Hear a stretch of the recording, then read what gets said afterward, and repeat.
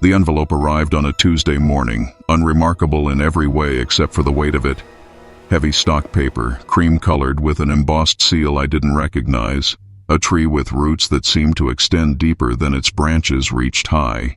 The return address bore the name of a law firm I'd never heard of, Whitmore, Ashford Associates, established 1847, according to the letterhead. Inside, the contents were extraordinary. I had inherited an estate. Not just any estate, but the Blackwood family property in rural Massachusetts, complete with a Victorian mansion, 47 acres of land, and what the accompanying documentation described as substantial monetary assets held in perpetual trust. The benefactor was listed as my great-aunt Cordelia Blackwood, a woman I had met perhaps 3 times in my childhood and barely remembered. What struck me immediately was not the generosity of this unexpected windfall, but the peculiar nature of the legal documents themselves. The inheritance papers were extensive, far more detailed than any property transfer I had encountered in my professional life.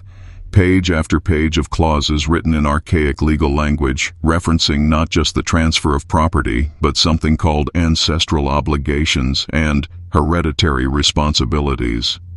The most disturbing aspect was the signature page. It contained not just my great-aunt's signature, dated 3 months prior, but signatures stretching back through generations, names I recognized from family stories. Ezekiel Blackwood, 1847. Margaret Blackwood, 1889. Theodore Blackwood, 1923. Each signature appeared remarkably fresh, the ink deep black against the aged paper, as if they had all been signed yesterday rather than decades or centuries ago. At the bottom of the final page, an empty line waited for my signature, with a notation that read, "The inheritance shall be considered, accepted, and all obligations transferred upon the execution of this document by the designated heir." The law firm's accompanying letter urged prompt signature and notarization, explaining that the estate required active management and that certain time-sensitive matters needed immediate attention. They offered to handle all aspects of the transfer, requiring only my signature to begin the process. I signed the papers that evening, in my apartment kitchen under the warm glow of overhead lights, using a pen I'd borrowed from work. The ink flowed smoothly across the page, and for a moment I could have sworn I felt a subtle shift in the air around me, a barely perceptible change in temperature, as if a window had been opened somewhere in the distance. 3 days later I received the keys to the Blackwood estate and a detailed map showing the location of the property, along with an invitation to visit at my earliest convenience. What I didn't understand then was that my signature had activated something far older and more binding than a simple property transfer. The drive to the Blackwood estate took me through increasingly rural Massachusetts countryside, past farmland that had been allowed to return to forest and small towns that seemed frozen in earlier decades. The final approach wound through a tunnel of ancient oak trees whose branches formed a canopy so dense that midday felt like twilight. The house revealed itself gradually, first as a glimpse of weathered shingles through the trees, then as a full 3-story Victorian mansion that dominated a clearing surrounded by overgrown gardens. The architecture was imposing, all steep gables, wrap-around porches, and bay windows that reflected the gray October sky like watchful eyes. Paint peeled from the siding in long strips, and several shutters hung at odd angles, giving the structure a sense of genteel decay. I parked in the circular drive, noting how my footsteps seemed unusually loud on the gravel. The front door was solid oak, painted deep green and fitted with an ornate brass knocker in the shape of a raven. The key turned easily, as if the lock had been recently maintained, and the door swung open with barely a creak. The interior struck me immediately with its smell. Not the mustiness I had expected, but something else entirely. Old wood certainly, but underneath that, something sweeter and more unsettling. Roses perhaps mixed with something I couldn't identify. The air felt thick, almost viscous, and seemed to carry whispers just below the threshold of hearing. The main hall was grand in the Victorian style, with a staircase that curved upward into shadows and walls lined with portraits of stern-faced individuals I assumed were my ancestors. Their eyes followed me as I moved through the space, and I found myself avoiding direct eye contact with the paintings, though I couldn't articulate why. Each room I entered felt lived in despite the dust sheets covering most of the furniture. In the parlor, a grandfather clock ticked with metronomic precision, though I was certain no one had wound it recently. The dining room table was set for 12, the china and crystal clean and gleaming, despite the house's apparent abandonment. In the library, books lined the walls from floor to ceiling, their leather bind. Ings cracked with age, but their gold lettering still sharp and readable. It was in the library that I discovered the locked door. Set into the far wall, almost hidden behind a tall bookshelf, was a door of dark wood fitted with an iron lock that looked medieval in its complexity. None of the keys I'd been given fit this lock, but as I examined it more closely, I noticed something peculiar. The door frame showed signs of recent use. The dust had been disturbed, and there were fresh scratches around the keyhole, as if someone had been opening this door regularly until very recently. As evening approached, the house seemed to come alive around me. Floorboards creaked overhead in patterns that suggested footsteps, though I knew I was alone. Doors that I was certain I had left open stood closed when I returned to rooms I had already explored. The temperature dropped noticeably as darkness fell, and I found myself building a fire in the main hall fireplace, more for comfort than warmth. It was near midnight when I first heard my name called. The voice was soft, feminine, and seemed to come from the direction of the locked door in the library. It called once, clearly, then fell silent. I waited, listening, but heard nothing more except the continued ticking of the grandfather clock and the settling sounds of the old house. When I finally went upstairs to sleep in what had apparently been my great-aunt's bedroom, I felt watched, not threatening exactly, but observed with intense curiosity, as if the house itself was trying to determine what manner of person I might be. The sensation followed me into uneasy dreams filled with whispered conversations I couldn't quite understand, and the persistent feeling that I had agreed to something far more complex than a simple inheritance. Morning brought no relief from the oppressive atmosphere that had settled over the house during the night. If anything, daylight seemed to make the shadows deeper and the whispers more pronounced. I found myself drawn back to the library and the locked door that had captured my attention the evening before. A more thorough search of the house revealed a ring of antique keys hanging in the butler's pantry, keys that looked as though they belonged to an earlier century. One of them, wrought of black iron and worn smooth by countless hands, fit the library door's ancient lock perfectly. The room beyond was a study, smaller than the library but far more personal. The walls were lined with filing cabinets and shelves containing not books, but ledgers, dozens of them, bound in black leather and arranged chronologically.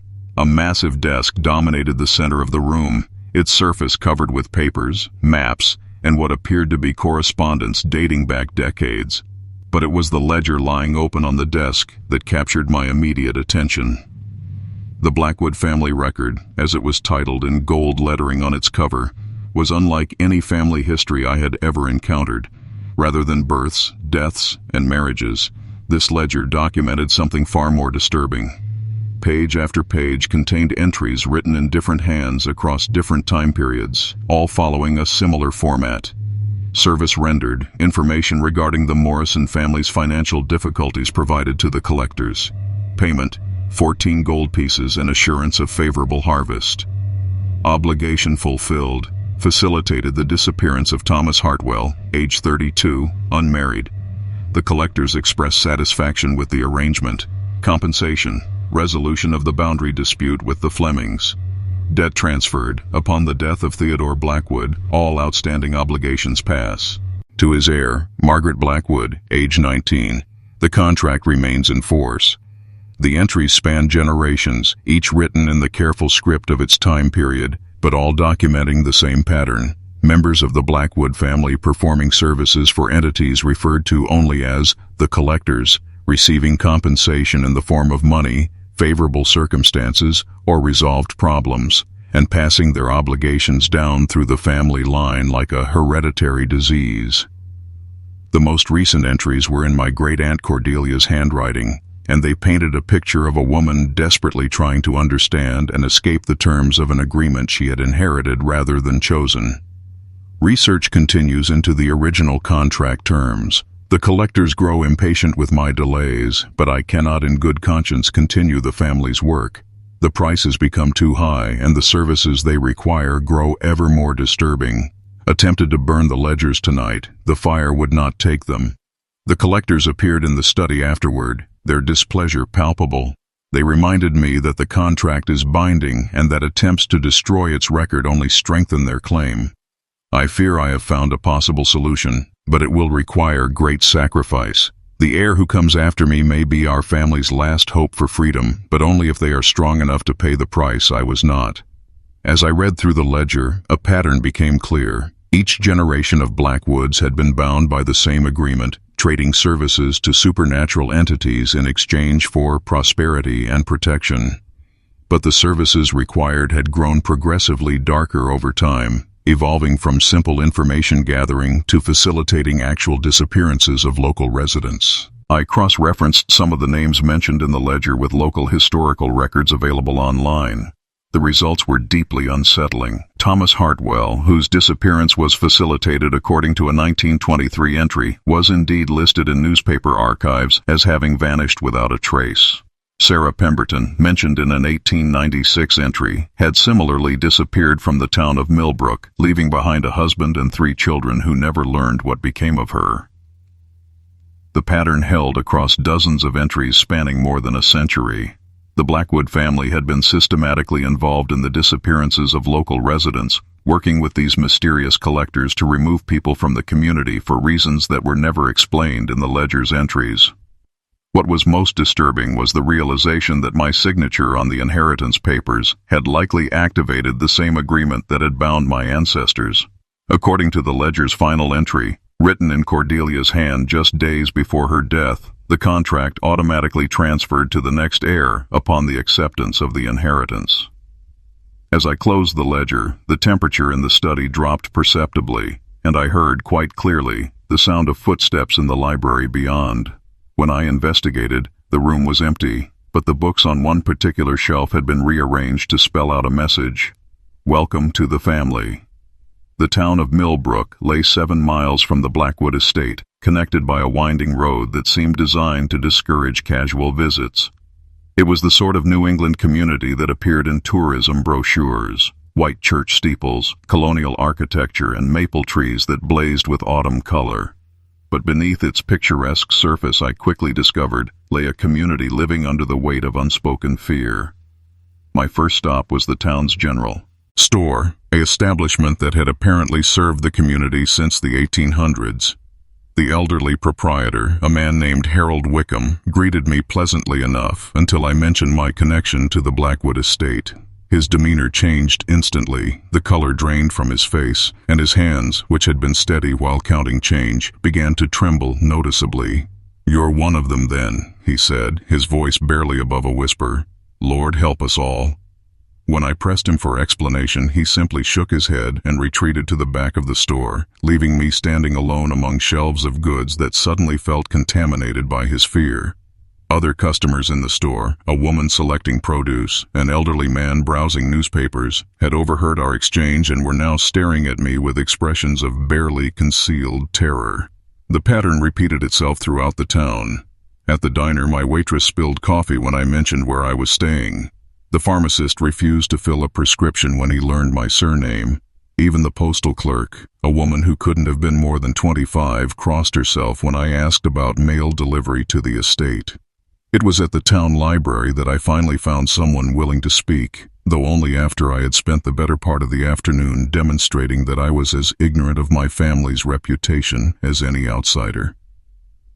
Mrs. Eleanor Henley had served as the town librarian for 43 years, and her knowledge of local history was encyclopedic. She was a small woman with silver hair and intelligent eyes that missed nothing, and she studied me carefully before deciding to trust me with information that she had clearly spent decades keeping secret. "Your family," she said, choosing her words with the precision of someone who understood their weight, "has been part of this community's life for longer than most people remember, not in a good way." She led me to a section of the library that contained local historical records, including newspaper archives and town meeting minutes dating back to the 1800s. What she showed me there expanded my understanding of the Blackwood family's influence in ways that made my discoveries in the ledger seem almost quaint by comparison.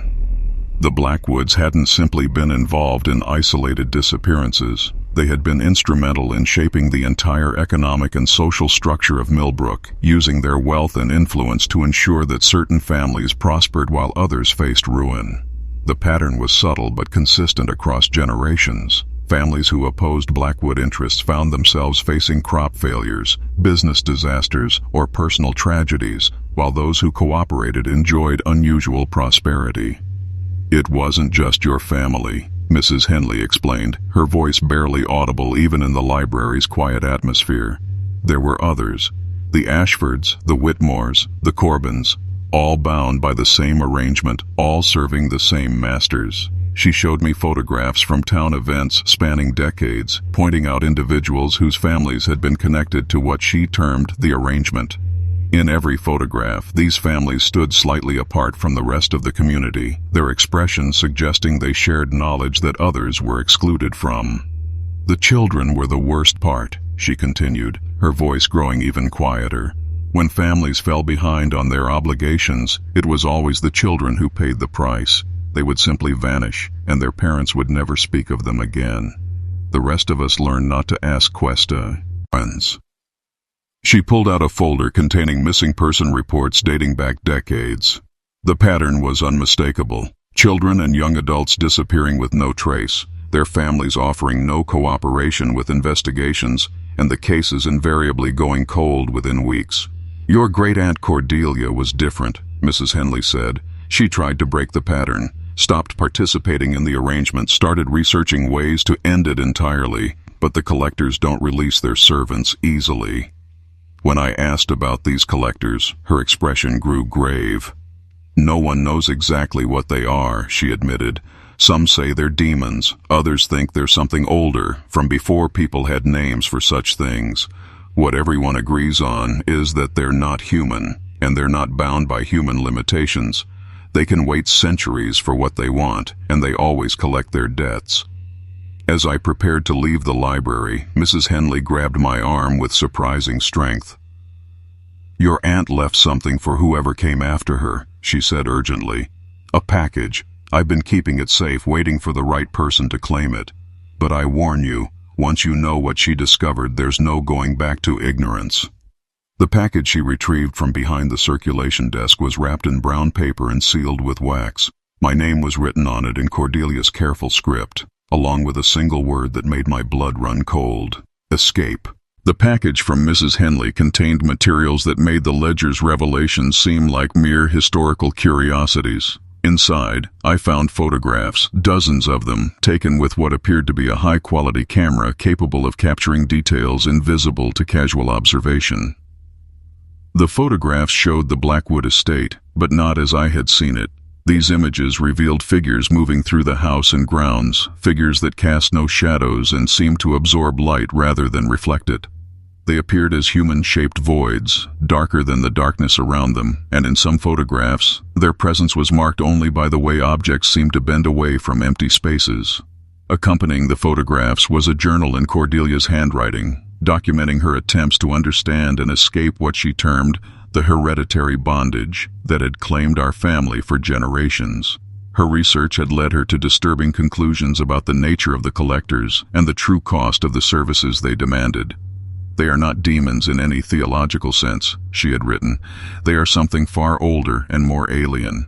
They exist in the spaces between spaces, feeding on human desperation and the energy generated by forced compliance.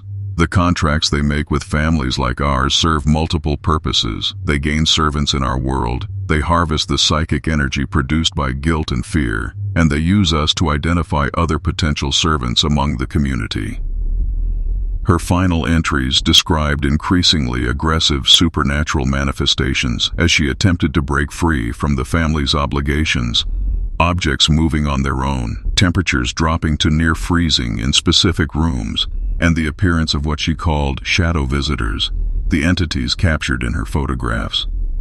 I had barely finished reading her journal when the manifestations, she described, began occurring around me. It started with temperature changes. Rooms that had been comfortably warm would suddenly become so cold that my breath became visible, then returned to normal temperature within minutes. The cold seemed to follow me through the house, always centering on wherever I happened to be standing. Next came the sounds. Footsteps in empty rooms, but not random creaking. Deliberate, measured footsteps that seemed to pace back and forth as if someone was waiting impatiently. Doors would open and close with no wind to move them, and I began hearing my name called from different parts of the house, always in voices I didn't recognize. The most unsettling manifestation was the shadows. They began moving independently of their sources, sliding across walls and floors in patterns that defied the available light. I would catch glimpses of human-shaped darkness in my peripheral vision, but when I turned to look directly, nothing would be there except the feeling of being observed with intense predatory interest. On the third night after opening Cordelia's package, the collectors made their presence known in a way that left no room for doubt or rationalization. I was reading in the library when the temperature dropped so rapidly that frost began forming on the windows. The lights dimmed to almost nothing, and the air itself seemed to thicken until each breath required effort. Then they appeared. 3 figures materialized in the space between the library shelves and the fireplace, becoming visible not as solid forms, but as areas where the darkness was so complete that it hurt to look at them directly.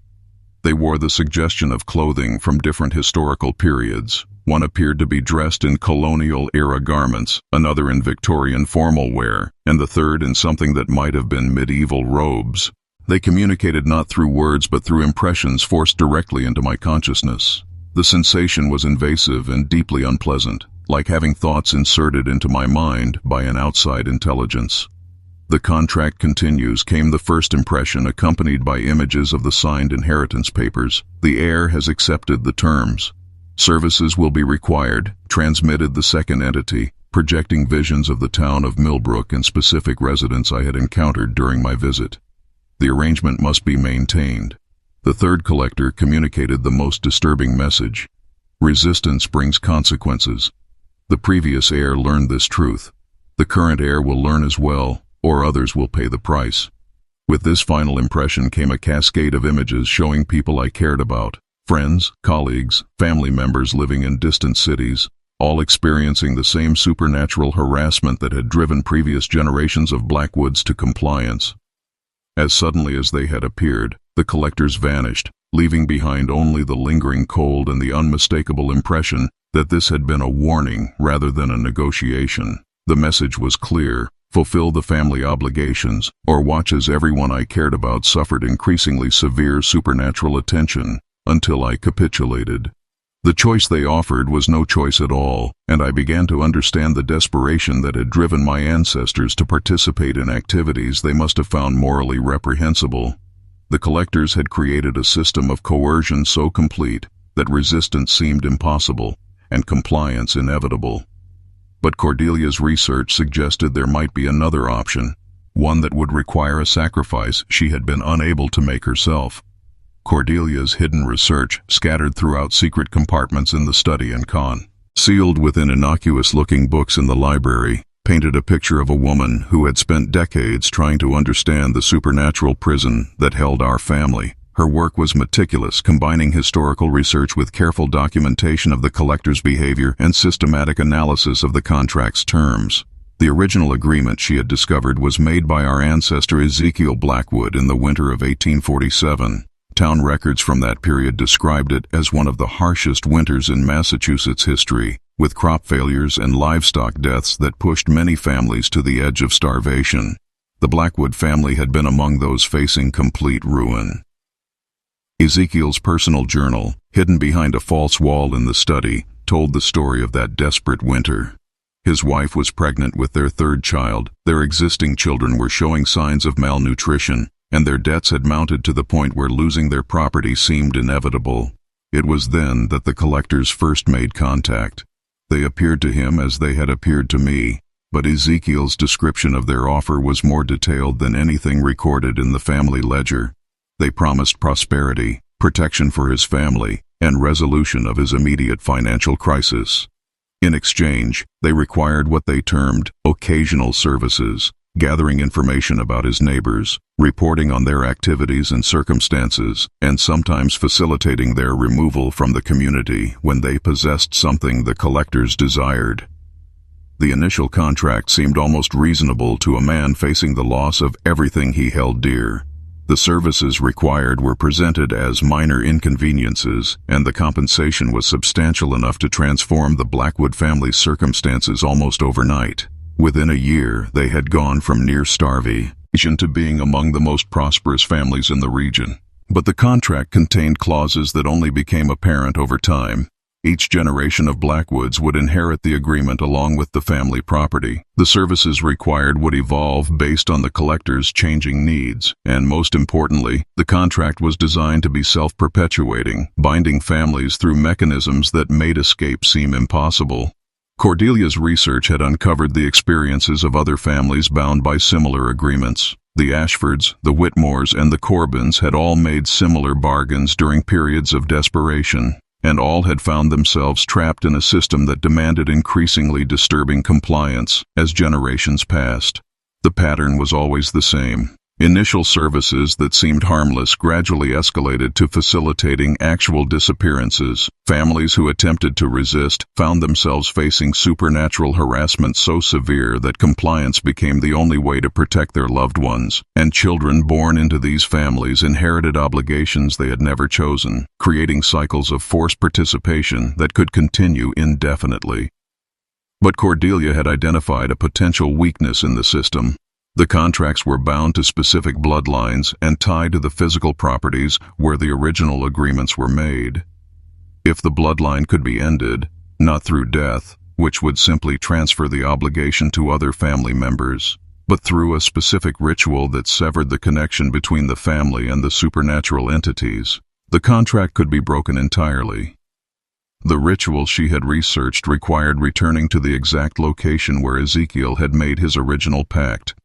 This place, according to his journal, was a stone circle hidden deep in the woods behind the estate, a formation that predated European settlement and had apparently been used for supernatural purposes by indigenous peoples long before the collectors arrived. The ritual itself was complex, requiring the burning of all physical evidence of the contract, while the heir offered themselves as a final sacrifice to satisfy the agreement's terms. Success would free future generations from the hereditary bondage, but the person performing the ritual would become permanently bound to the collectors, serving as a guardian to prevent them from making similar contracts with other desperate families. Cordelia had prepared everything necessary for the ritual. She had gathered the required materials, identified the precise location, and even determined the optimal timing based on her research into the supernatural cycles that governed the collector's power. But she had been unable to complete it herself, perhaps from fear, or perhaps from hope that a solution might be found that didn't require such a profound personal sacrifice. Her final journal entry, dated just days before her death, revealed her decision to pass the choice to her heir. I have prepared the way, but I cannot walk the path. The weight of generations compels me toward compliance, and I lack the strength to break chains that have bound our family since before my birth. Perhaps the one who comes after me will possess the courage I could not summon. The ritual is ready. The choice, terrible as it is, remains to be made. As I absorbed the full implications of Cordelia's research, the supernatural pressure around the estate intensified. The collector's patience was clearly wearing thin, and the time for making a decision was approaching rapidly. The decision to attempt Cordelia's ritual came not from courage, but from the growing certainty that the alternative was morally unacceptable. The services the collectors required were escalating precisely as they had for previous generations, and their recent communications made it clear that my continued resistance was affecting people far beyond myself. Friends and family members in distant cities began reporting disturbing experiences, objects moving in their homes, persistent feelings of being watched, and nightmares so vivid they were afraid to sleep. My younger sister called to describe shadows that moved independently of their sources, and my elderly parents spoke of voices calling their names from empty rooms. The supernatural harassment was spreading through my personal connections like an infection, and I understood that the collectors were demonstrating their reach.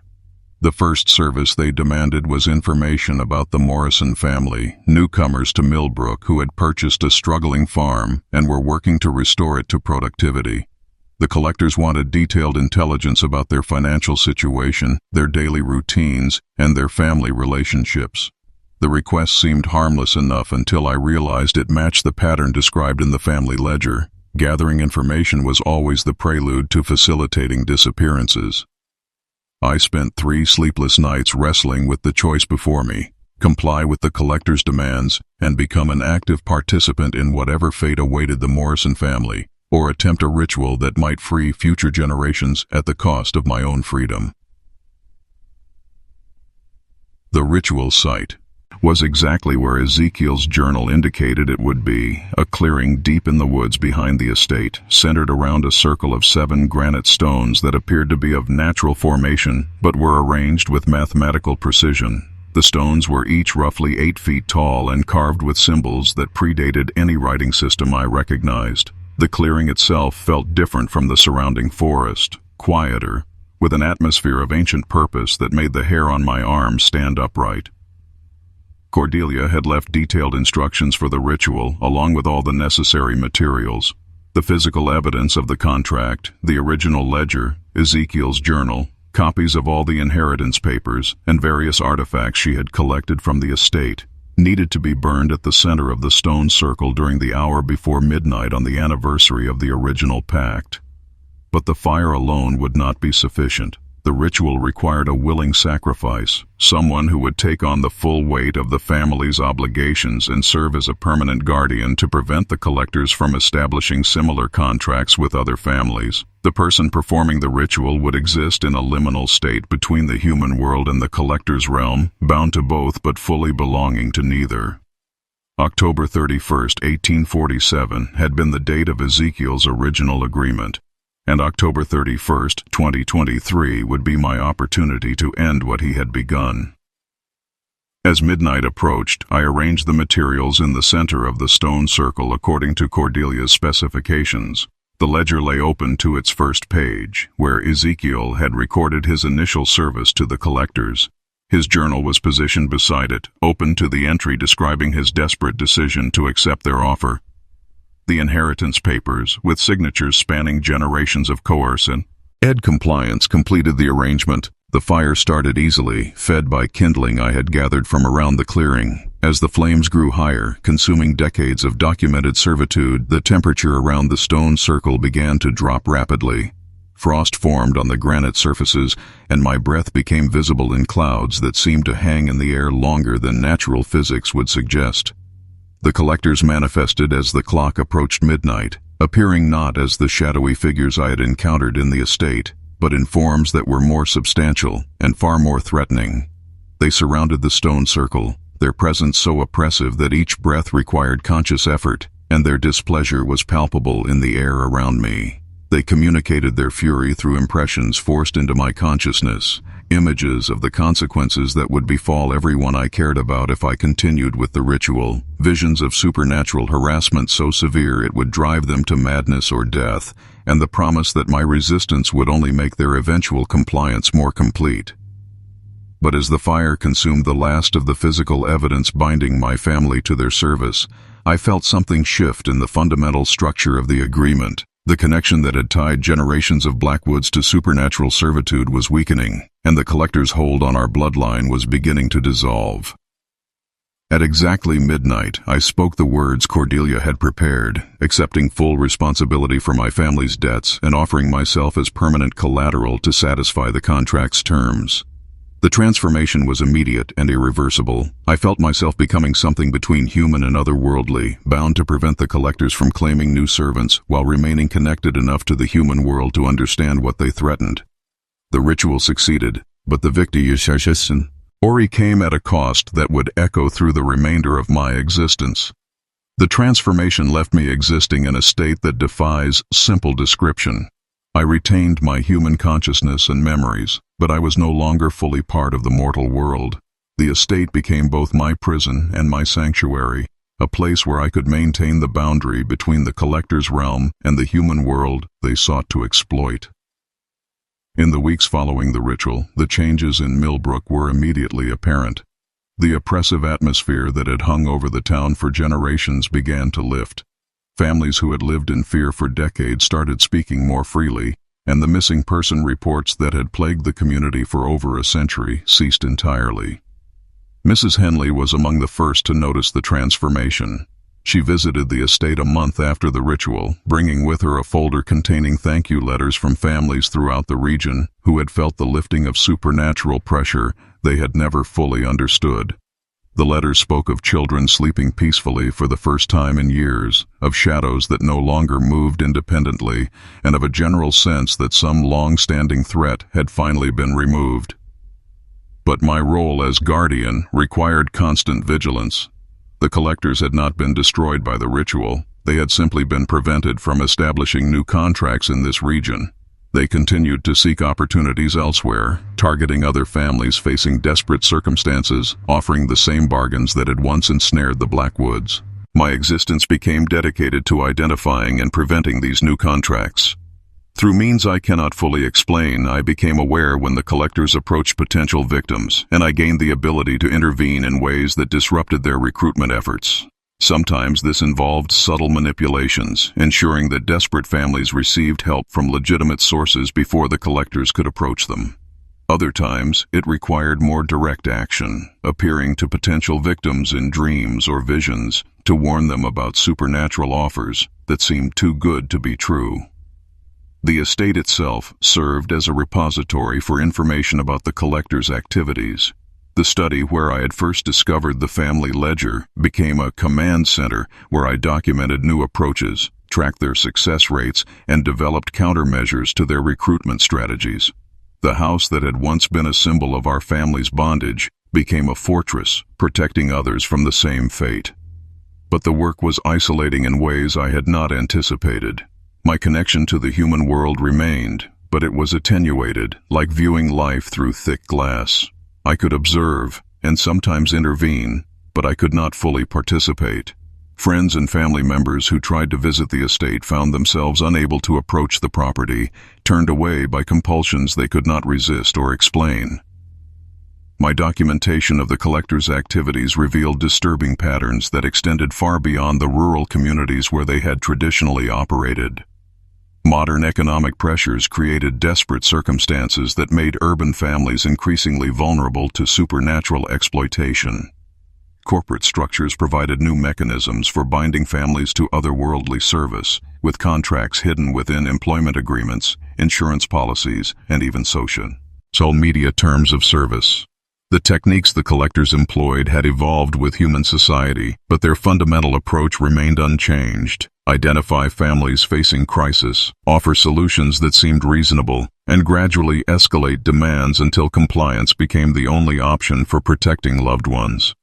My warnings reached some potential victims, but others fell into the same traps that had claimed my ancestors. Each failure reinforced the necessity of my vigil and the importance of maintaining the boundary that kept the collectors from establishing the kind of generational control they had once exercised in places like Millbrook. The price of this guardianship was the gradual erosion of my human connections. As years passed, I found myself becoming more abstract, more focused on patterns and possibilities than individual relationships. The part of me that had once been entirely human grew smaller, while the part bound to supernatural purpose expanded to fill the spaces left behind. Yet the work continued, and the boundary held. This account, recorded in the same study where I first discovered my family's dark history, serves multiple purposes. It documents the true nature of the supernatural contracts that have bound families like mine for generations. It provides evidence of the collector's continued activities for those who might encounter similar offers in the future. And it stands as testament to the possibility of escape, though the cost of that freedom may be higher than most are willing to pay. To those who read this record, be wary of offers that promise easy solutions to desperate circumstances. Question contracts that seem unusually detailed or contain language you do not fully understand. And remember that some debts can be inherited by those who never agreed to assume them. The collectors remain active, seeking new servants among families facing crisis. They adapt their methods to match changing times, but their fundamental nature remains unchanged. They feed on desperation, thrive on forced compliance, and create cycles of obligation that can span centuries. The inheritance papers that began this account still rest in a fireproof safe within the estate. Their signatures faded now but still visible, a reminder of how easily one can become bound to purposes they never intended to serve. The last signature on those papers is mine, written in ink that has long since turned brown with age, though it feels as though I signed them only yesterday. Visitors sometimes approach the estate, drawn by local legends or genealogical research that traces their families back to the original contracts. I can sense their approach long before they arrive, and I do what I can to turn them away before they reach the property. Most accept the subtle compulsions that make them forget their intended destination or find urgent reasons to return home. But others, particularly those carrying the genetic markers of the old families, prove more resistant to misdirection. For these individuals, I must be more direct in my warnings. The town of Millbrook has prospered in the years since the ritual broke the collector's hold over the region. The population has grown, new businesses have opened, and the persistent atmosphere of fear that once characterized the community has given way to something approaching normalcy. Children play in streets where their parents once hurried past with downcast eyes, and families gather for community events without the undercurrent of dread that had defined social interactions for generations. Yet traces of the old arrangements remain visible to those who know what to look for. Certain buildings in the town center bear architectural details that serve purposes beyond decoration, symbols worked into cornerstones and window frames that were designed to facilitate supernatural observation. The cemetery contains graves marked only with dates, their occupants' names lost to records that were deliberately obscured. And in the town hall's archives, careful observers can find gaps in the historical record that correspond precisely to periods when the collector's demands were at their most extreme. Mrs. Henley passed away 3 winters after the ritual, leaving behind detailed records of the families who had been affected by the supernatural contracts. Her documentation provided crucial intelligence about the collector's historical patterns and helped me understand the full scope of their influence over rural New England communities. She was buried in the Millbrook Cemetery, and her grave is one of the few I can visit without causing disturbances in the supernatural equilibrium that maintains the boundary. The seasons cycle past the estate windows, and I mark their passage through changes in the light and the behavior of the few animals brave enough to approach the property. Ravens have become frequent visitors, perching on the mansion's gables and communicating in ways that suggest intelligence beyond normal avian capacity. Whether they serve as messengers, observers, or something else entirely remains unclear, but their presence provides a connection to the natural world that might otherwise be entirely absent from my existence. On certain nights, when atmospheric conditions align in particular ways, I can perceive the collector's activities across vast distances. They appear as points of cold darkness moving through the human world, approaching families facing foreclosure, parents with sick children, entrepreneurs facing bankruptcy, immigrants struggling with legal status, anyone whose desperation might make them receptive to offers of supernatural assistance. My interventions in these situations have grown more sophisticated over time. Rather than simply warning potential victims, I have learned to arrange circumstances that provide legitimate alternatives to the collector's offers. Anonymous donations arrive at precisely the right moments. Legal aid appears for families facing impossible bureaucratic obstacles. Medical treatments become available through programs that didn't exist the day before. The collectors have responded to these interventions by adapting their own strategies. They now approach potential victims through social media platforms, disguising their offers as financial opportunities, self-help programs, or spiritual guidance. They exploit human psychology more subtly, creating circumstances where families believe they are making independent choices rather than accepting supernatural contracts. But certain elements of their approach cannot be changed. Without fundamentally altering their nature, they must still secure explicit agreement from their victims. The services they demand must still escalate over time, and the contracts they create must still be binding across generations, or they lose the long-term control that makes human servants valuable to them. These limitations provide opportunities for intervention, though the work grows more complex as human society evolves. Each prevented contract represents families who will never know how close they came to generational bondage, children who will grow up free from inherited obligations, and communities that will never experience the systematic exploitation that characterized places like Millbrook for over a century. The cost of maintaining this boundary grows heavier with each passing year. The human connections that once anchored my identity continue to fade, replaced by an understanding of patterns and purposes that extends far beyond individual concerns. Yet the work continues because the alternative, allowing the collectors to re-establish the kinds of systematic control they once exercised, would condemn countless families to the same fate that claimed generations of Blackwoods. This record will remain in the estate study for whoever comes next, should the boundary ever fail, or should circumstances require a different kind of guardian. The methods I have developed, the intelligence I have gathered, and the understanding I have gained about the collector's nature may prove useful to future protectors. To those who inherit this knowledge, remember that the collectors are patient in ways that human minds struggle to comprehend. They can wait decades for the right opportunity, centuries for the perfect victim, millennia for circumstances to align with their purposes. They do not forget, they do not forgive, and they do not release their servants willingly, but they can be stopped if the price is acceptable to those willing to pay it. The inheritance I accepted by signing those papers in my kitchen under warm electric lights was far more complex than the legal documents suggested.